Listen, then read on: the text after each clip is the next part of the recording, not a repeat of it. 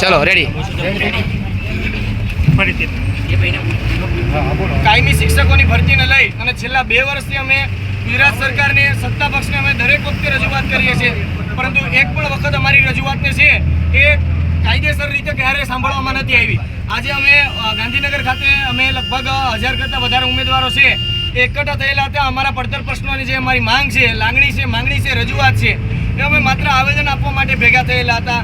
તો અમને પોલીસ પ્રશાસનને આગળ કરી અને અટકાયતી પગલાં લઈ અને અમને કાયદેસરના ડિટેન કરવામાં આવ્યા. અમારી મુખ્ય માંગ 6 હતી.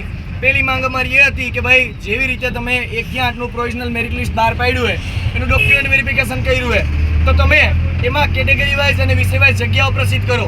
ત્યારબાદ બીજી માંગ અમારી એ હતી કે 9 થી 12માં પ્રોવિઝનલ મેરિટ અને ડોક્યુમેન્ટ વેરિફિકેશનનું શેડ્યુલ બહાર પાડવામાં આવે.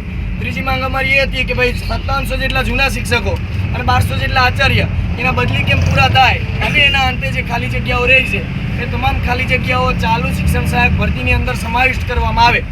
5મી માંગ અમારી એના પછીની માંગ એ હતી કે ભાઈ વિદ્યા સહાયકનો ગત વર્ષે 22/11/2024ના રોજ જે 2750નો વિદ્યા સહાયકનો મંજૂર થયેલો પરિપત્ર હતો એ ચાલુ વિદ્યા સહાયક 13,852માં જગ્યા વધારાના રૂપે સમાવિષ્ટ કરવામાં આવે અને 1 થી 5ની અંદર 31/5/2025ની સ્થિતિએ 22,000 શિક્ષકોની ઘટ પડવાની છે.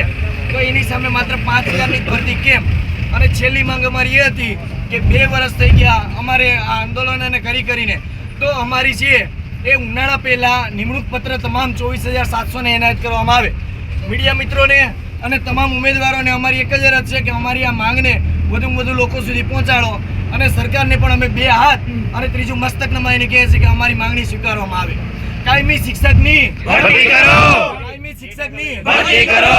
हम हमारा हक मांगते नहीं किसी से भीख मांगते, हम हमारा हक मांगते नहीं किसी से भीख मांगते. जग्या વધારો, जग्या વધારો. 1 થી 12માં જગ્યા વધારો, जग्या વધારો, जग्या વધારો. 1 થી 12માં જગ્યા વધારો.